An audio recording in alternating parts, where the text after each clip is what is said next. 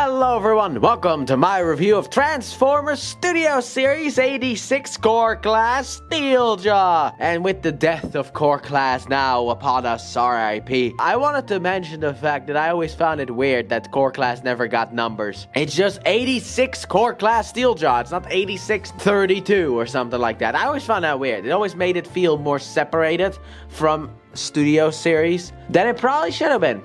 But here we have the little Steeljaw, finally a figure for Blaster. After, Soundwave got two of them and Blaster has not gotten anything. So it's nice to see, but here we have him looking very, very accurate to his show model. Now, I will say this though, while I think that this is actually a really good figure, it is not worth the price. Let's get that out of the way first. It is not worth the price though. But let's take a look at Steeljaw here from the side. You can see the Autobot logo right there. You got some nice details here on the side as well. The nice little cassette thing right there. Nice face here that I don't like the fact that the face doesn't stay together. It doesn't tab in. There's like, let me open this up. There's a tab here and a slot here, but they don't do anything. You can remove that tab and it still won't do anything. But it's a nice looking face that cannot move at all. Nice red here in the mouth with some white for the teeth and some blue for the eyes.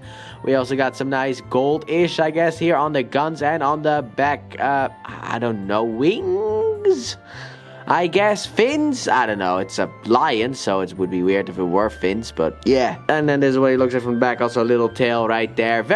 Very nice looking little figure. But that's not all you get, because if this is all you get, then this would be entirely not worth it. So what do you get? Well, you get this thing, which is an attachment point for him so that he can carry this thing, which is a weapon that Blaster used in the show. And technically you have to buy 2 Steeljaws in order to get 2 of these things, so you can do it on both hands.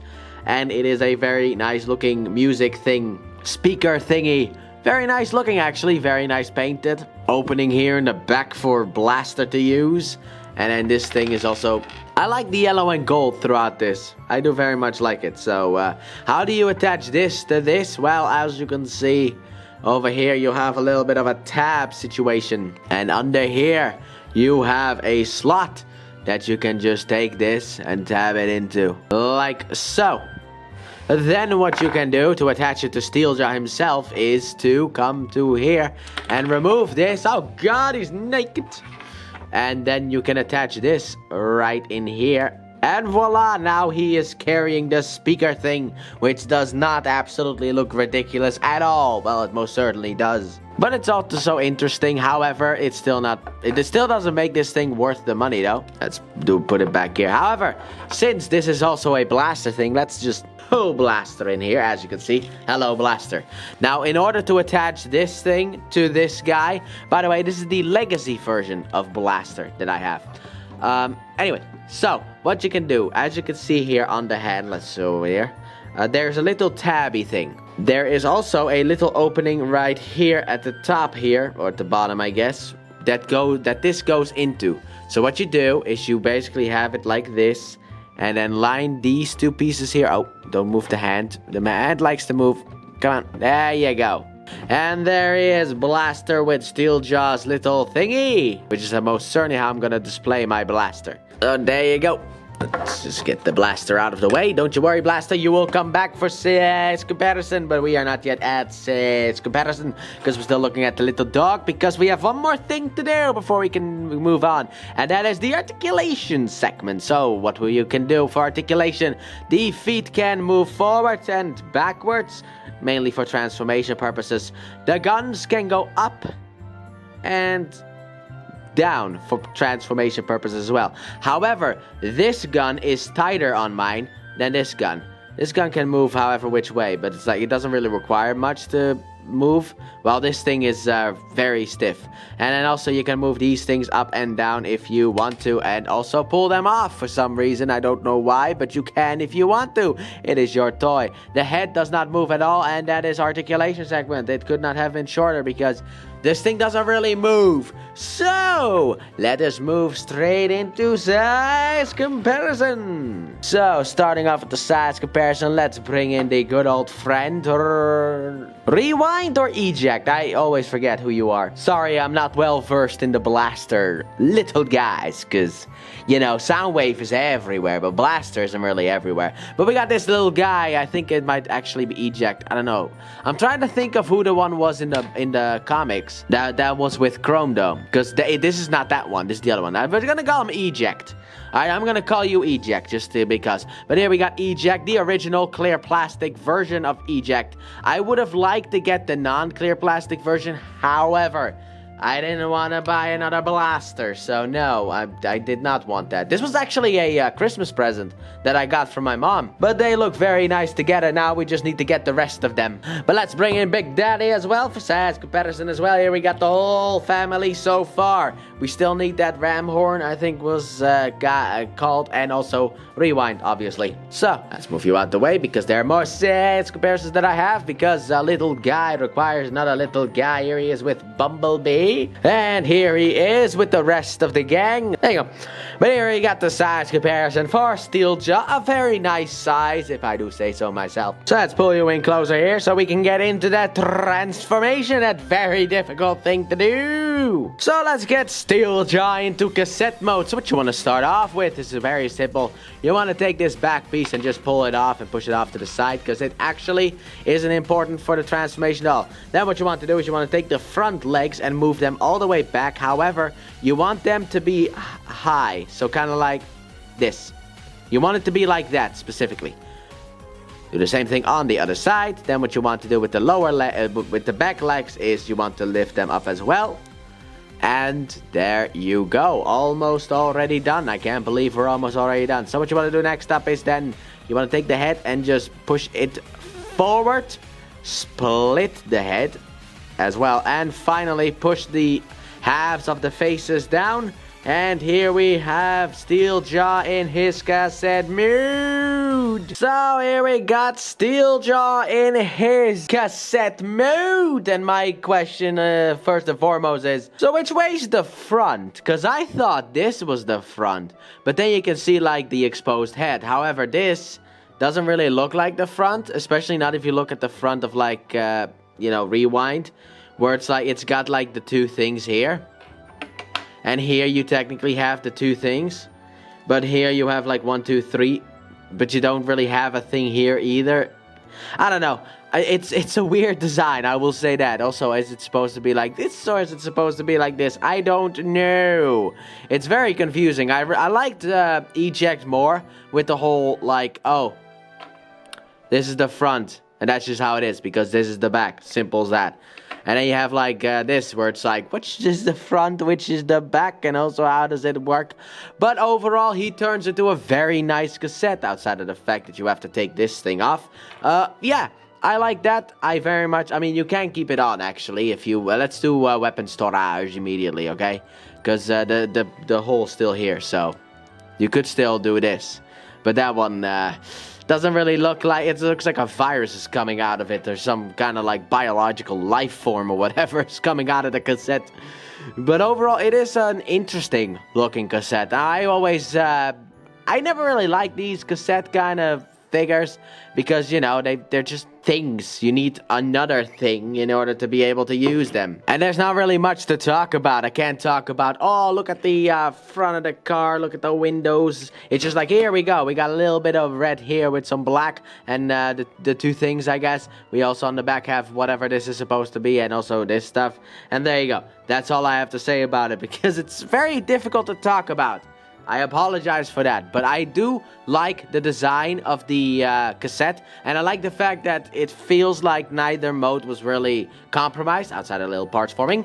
Neither mode was really compromised with the whole, you know, cassette thing, because I've seen images and a review of like the Ravage cassette, which I guess Steeljaw is kind of based on as well, at least in the show because of the way that they are. However, Ravage looks really weird, which one day we will most certainly be taking a look at Ravage because of the fact that Ravage, I actually have ordered the Legacy United, Soundwave that comes with Buzzsaw, Ravage, and like a new Rumble. And I don't know if I'll get that one this year. I'm gonna say I'm probably gonna get that guy next year. But that one includes Ravage, and I don't actually have G1 Ravage from the modern day. So it'd be nice, and also nice to have the comparison with the two. Now then, about integration, because of the fact that that happens, you can obviously just open up your blaster figure, and then just jam this guy in here. Whichever way is supposed to be the front, because I always get confused how this is supposed to go in. He's in! I got him in, and now it doesn't want to open anymore. But I got him in. He can actually sit inside of Blaster and then blast some tunes. I hate how difficult it was to get him in here. But, now it becomes immediately difficult to get him out. But I put him in like this, and then just pushed against the thing. And there you go. I don't know if it actually bends the thing, but whatever. It fits. He can go in, and he can also come out. So there you go. That's the integration with Blaster, for anyone who wants it. I mean, it's not a good fit. It doesn't really feel great. Also, how are these two together? Like, it feels like Steeljaw is like a tiny little bit bigger.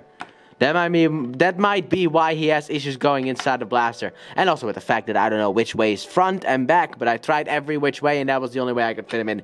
So there you go, that's the integration with that. And since we don't have articulation, let's just move straight into size comparison. Starting off with the actual cassette, there we go. With eject. No, I'm just gonna do this then. Yeah. These are two cassettes. That's all they are. Let's bring in the boombox as well. Good old Blaster, and here we go. Can't wait to get more of these things, if they are ever gonna make more of these things. Let's move you out the way so we can bring in the rest of the G1 gang. So here we are for that size comparison. Very nice looking, and entirely unrealistic because Steeljaw is way too big because of the fact it's not as tall as Jazz. Come on, man. And with that being said, let's just go into reverse transformation. So then, how do we get Steeljaw back into his beast mood? What you want to start off with is you want to rotate the head around like so. There you go. Then what you want to do is you want to take these pieces here and combine them and then lift it up like so. Then what you want to do is I like to just pull on the gun to get it out of the way. And then you can come in here and lower the leg 1 and then lower leg 2. And then you can readjust the gun where it's supposed to be. Now we come to the problematic part, and that is the fact that this one is more tighter, which means it will move with the leg. But you just pull the legs down, push the gun up if it wants to go. There you go. Push the gun up, and there we are.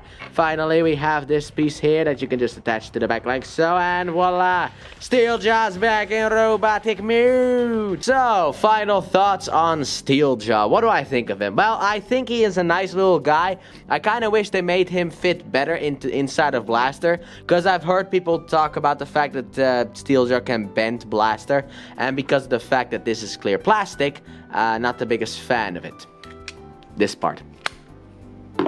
Bending it might not be the best idea. I don't think it bent for me, but to each their own. However, it was very much difficult to put inside of Blaster. So that is kind of an annoyance. Also, the fact that, like, basically this is all you get, it's not worth it.